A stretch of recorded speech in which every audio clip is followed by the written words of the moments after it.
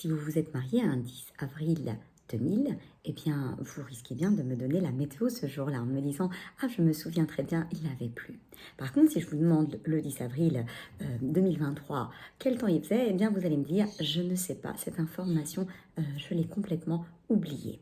La différence entre ces deux événements, alors qu'il y a quand même 23 ans d'écart, c'est l'émotion. L'émotion qui est liée à cette date. Donc, vous avez sûrement été très heureux, en tout cas excité, ou bien vous étiez en situation de peur, qu'importe, il y avait une émotion. L'émotion retient, l'émotion améliore la mémorisation. C'est d'ailleurs le professeur Antonio Damasio qui a énormément travaillé sur l'émotion et sur son rôle dans la mémorisation. Alors pourquoi je vous en parle?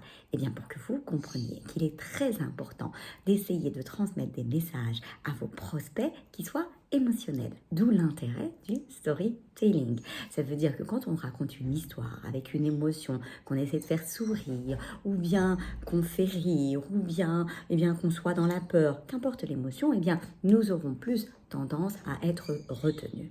La technique du storytelling qui consiste réellement à raconter une histoire dont vous n'êtes pas le héros, mais bien votre client, et il y a une émotion, évidemment, va permettre à votre marque d'être ancrée. Donc, rappelez-vous, à chaque fois que vous écrivez sur les réseaux sociaux, sur votre site internet, essayez d'avoir ce petit mix entre émotionnel qui va nous permettre réellement d'accrocher, de retenir, mais également du factuel, parce que raconter des histoires du matin au soir, également, n'est plus crédible, mais essayez d'avoir ce mix et vous allez voir que vos informations seront plus mémorisables.